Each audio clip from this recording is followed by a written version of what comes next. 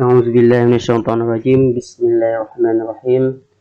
Eh, jadi dalam video kali ini saya akan menjelaskan sedikit mengenai peta konsep yang telah saya buat. Yang pertama itu, jadi peta konsep ini kita bahas dengan judul tes dalam evaluasi pembelajaran bahasa.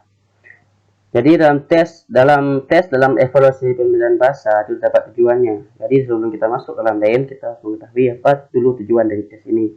Yang pertama itu memberi informasi mengenai hasil belajar. Yang selanjutnya memberi informasi mengenai masalah dan kesulitan yang dialami siswa saat belajar. Dan selanjutnya ada memberi informasi mengenai penyelenggaraan pembelajaran. Selanjutnya ada dalam tes dalam evaluasi pembelajaran itu terdapat subjek dan juga objeknya.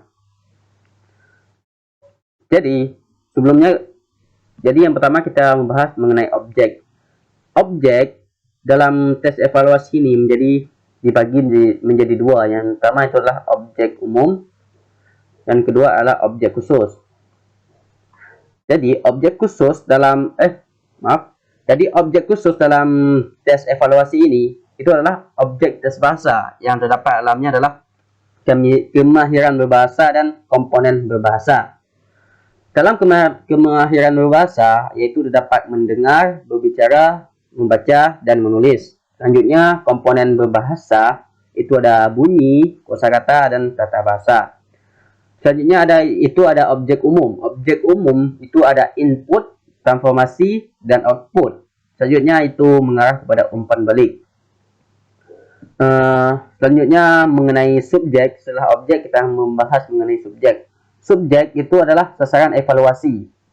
Yang melakukannya adalah guru, bukan murid. Jadi dalam sasaran evaluasi ini terdapat prestasi, sikap peserta didik, kepribadian peserta didik.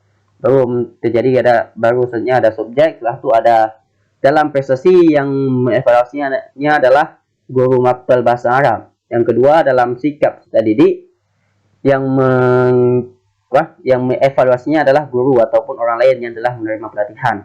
Selanjutnya ada kepribadian peserta didik yang mengevaluasinya adalah psikolog atau orang telah dididik untuk mengukur kepribadian. Selanjutnya ada pendekatan tes bahasa. Jadi dalam pendekatan tes bahasa terdapat 5 poin. Yang pertama pendekatan tradisional, yang kedua ada pendekatan diskret, yang ketiga ada pendekatan integratif, yang keempat ada pendekatan pragmatik, dan yang kelima atau yang terakhir ada pendekatan komunikatif. Selanjutnya ada tes-tes jenis bahasa berdasarkan. Jadi tes berjenis bahasa ini ada 7 yang pertama berdasarkan tujuan penyelenggaraan, yaitu ada tes masuk, tes formatif, tes sumatif, pretest, dan post-test. Selanjutnya ada berdasarkan mengerjakannya, itu ada tes tertulis, tes lisan, tes perbuatan. Selanjutnya ada jumlah peserta. Berdasarkan jumlah peserta itu ada 2, tes perorangan dan tes kelompok, perorangan ataupun tes per individu.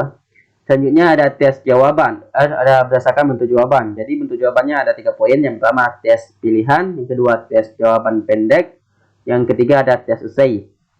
Selanjutnya ada cara penilaian perskoran atau cara penilaian ataupun disebut perskoran, yaitu tes objektif dan tes subjektif.